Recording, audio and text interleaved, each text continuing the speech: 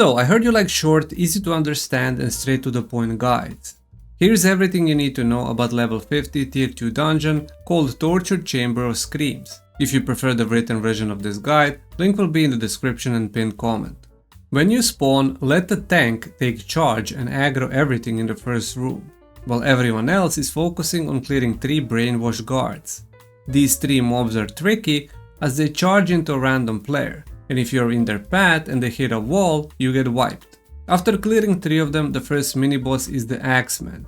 After defeating it, he drops an axe, which when picked up by a player, transforms that player into Axeman. Being an Axeman is important for the next room. Go down the stairs, clear all the mobs including 2 more brainwash guards, and have Axeman open the chambers and clear all the mobs inside. Before you enter the room, right as you get down the stairs, there will be 4 red symbols on the wall. These symbols show the order in which buttons in 4 chambers need to be pressed. Each symbol will be shown at each chamber, and to see those symbols, you need to be Axeman, and by pressing 3 allows you to see them. Symbols go from left to right in order, and chambers are also 1 to 4 from left to right. The Axeman will then write the order in party chat, and each number means which chamber needs to press the button first, second, third and fourth. 4 players each go into their chamber and interact with the button on the wall. When all 4 buttons are glowing red, the timer will start, and this is when the order begins. Each player then needs to interact with the button when the notification on the top of the screen says to open the next chamber. If done correctly, the door to the next room will open. In the next room, activate the orb and keep killing mobs until all 3 pillars are filled and a portal opens. When pillars get a white HP bar above them, mobs will try to attack them and destroy them, so make sure you are aggroing the mobs.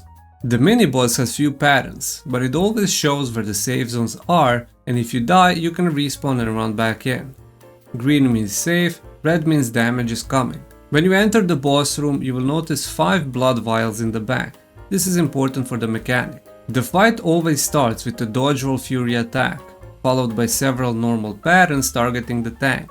After that he drops rain of arrows on 3 random players. Just keep moving and dodging them. Straight after that he marks several players with a red line above their heads, which will then summon a cone-shaped attack on those players' locations. These hurt a lot, so try not to overlap them. Straight after the boss will disappear and summon spinning blades on each player. The tank or healer needs to use their defensive skill damage reduction buff, otherwise everyone will take damage. If you are taking 0 damage from this, it means the buff was used correctly. At the same time, this attack is filling up the blood vials, so it is important to drain 1 vial from time to time by interacting with them, otherwise the boss repeats the spinning blade attack and gets empowered. After he reappears, 1 player will be teleported to the side and is paralyzed, while the boss teleports on the opposite side of that player. The boss then runs towards paralyzed player and needs to be blocked 2 times to prevent a wipe attack on that player. Everyone needs to group up in front of the paralyzed player and block. Straight after that, group up behind the boss with the tank standing at the front. The boss will do a dodge roll fury attack, and after that a minigun attack on a random player. If everyone is standing behind the tank, he will block the minigun damage. Straight after that the mechanic begins. The boss teleports to the center, making the ground dark and foggy, and 3 random players will be targeted by zombies. Any player needs to interact with the blood vial, and then above each zombie there will be a number indicated with the number of lines. The players who have zombies chasing them need to position in order from the boss to the outside, meaning number 1 is first, number 2 can stand a few meters behind, and number 3 a few meters behind number 2. You don't need to stand in line, you can stand anywhere on the map, but the distance from the boss is important as number 1 needs to be closest to the boss and number 3 the furthest away from the boss, while number 2 can be anywhere in between. The boss then repeats his whole arsenal of normal patterns and gimmicks. After 50% HP, 5 players will be chased by zombies, and the principle is the same.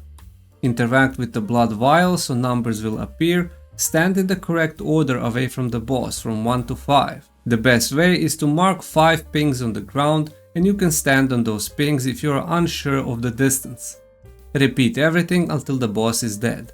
And that's it. Congratulations, you have successfully cleared the Torture Chamber of Screams dungeon, and you can now use 450 Abyss Dungeon tokens to open the chest and get the loot.